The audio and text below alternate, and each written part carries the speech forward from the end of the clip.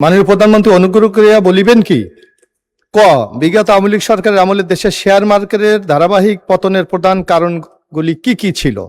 Share মার্কেটের ধারাবাহিক পতন ঘটাইয়া হাজার হাজার বিনিয়োগকারীদের নিঃস্ব করিবার জন্য যাহারা দায়ী তাহাদের চিহ্নিত করা সহ তাদের বিরুদ্ধে আইনানুগ ব্যবস্থা গ্রহণের পরিকল্পনা সরকারের আছে কি না?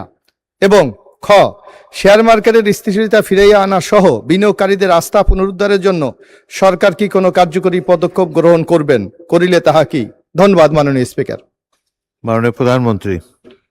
ধন্যবাদ মাননীয় সংসদ সদস্য আপনাকে আপনার প্রশ্নের জন্য। বিগত স্বৈরাচার ফ্যাসিবাদ সরকারের আমলে দেশের শেয়ার বাজারের ধারাবাহিক পতনের কারণ উদ্ঘাটনের লক্ষ্যে বিভিন্ন সময় বিভিন্ন বিশেষজ্ঞ বিনিয়োগকারী সংগঠন এবং বিভিন্ন তদন্তকারী সংস্থার কার্যক্রম পরিচালনা করেছে। পরিচালিত কার্যক্রমে শেয়ার বাজারের ধারাবাহিক পতনের পিছনে কতগুলো কারণ আমরা পেয়েছি, কারণ সক্রিয় ছিল। কারণগুলি নিম্নরূপ, যেমন বাজার কারসাজি এবং কৃত্রিমভাবে শেয়ারের দাম বাড়ানো কমানো। এরপরে কিছু কোম্পানির আইপিও ও বন্ড ইস্যুতে বিভিন্ন রকম অনিয়ম।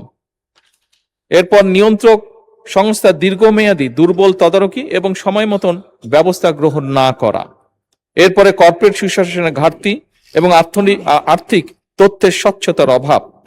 এরপর প্রাতিষ্ঠানিক বিনিয়োগকারীদের সীমিত অংশগ্রহণ এবং বাজার আস্থার সংকট। এরপর নীতিগত অসঙ্গতি এবং বিনিয়োগকারীদের মধ্যে অনিশ্চয়তা। এরপর পুঁজিবাজার বান্ধব কর নীতির অভাব। মাননীয় স্পিকার,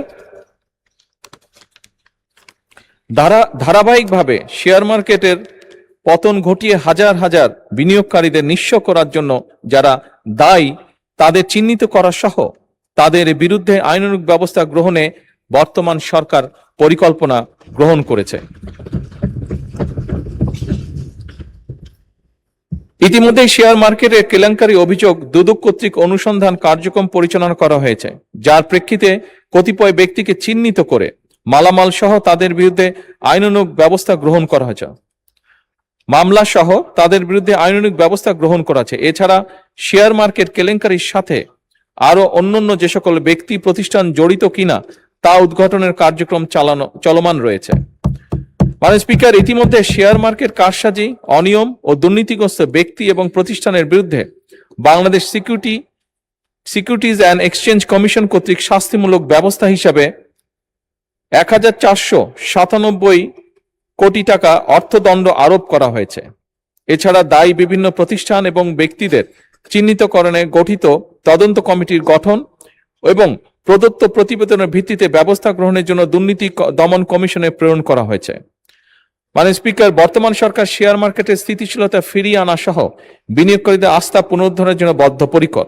সরকার ইতিমধ্যে বিনিয়োগকারীদের আস্থা বৃদ্ধিতে সুশাসন, স্বচ্ছতা, জবাবদিহিতা, পণ্যের বৈচিত্র্যকরণের মাধ্যমে বাজারের গভীরতা বৃদ্ধি, বিনিয়োগ শিক্ষার প্রসার ইত্যাদির মাধ্যমে উন্নত এবং টেকসই পুঁজিবাজার গঠনের উদ্যোগ গ্রহণ করেছে। মাননীয় স্পিকার, আপনি যদি গতকাল বা আজকের পত্রপত্রিকা খেয়াল করে থাকবেন, দেখবেন যে ধীরে ধীরে পুঁজিবাজারের অবস্থার পরিবর্তন ঘটছে এবং এটি ভালো করছে ধীরে ধীরে। মাননীয় স্পিকার, যে সকল কর্মসূচি এর মধ্যে অগ্রাধিকার দেওয়া হয়েছে তার দুই একটি আপনার সামনে আমি উল্লেখ করতে চাই।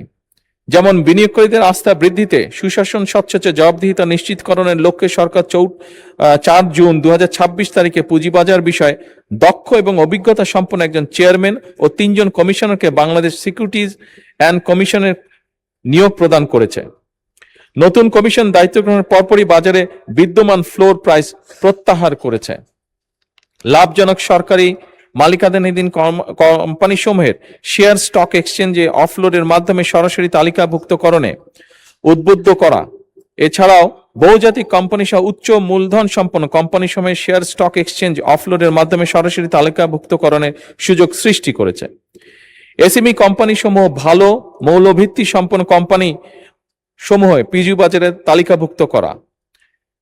পুঁজিবাজার কারসাজি বন্ধে অনিয়ম সংক্রান্ত তথ্য প্রকাশ এবং প্রদানকারীর প্রয়োজনীয় সুরক্ষা ও উৎসাহ প্রদানের ব্যবস্থা গ্রহণ করা। মাননীয় স্পিকার, আরো অনেকগুলো ব্যবস্থা সরকার গ্রহণ করেছে, কিন্তু যেহেতু সংসদের সময় অত্যন্ত মূল্যবান বাকি যেগুলো ব্যবস্থা গ্রহণ করেছে সেগুলোকে আমি পঠিত বলিয়া গণ্য করার জন্য অনুরোধ করছি। ধন্যবাদ। ধন্যবাদ মাননীয় প্রধানমন্ত্রী। উত্তরের বাকি অংশ পঠিত বলে গণ্য করা হলো।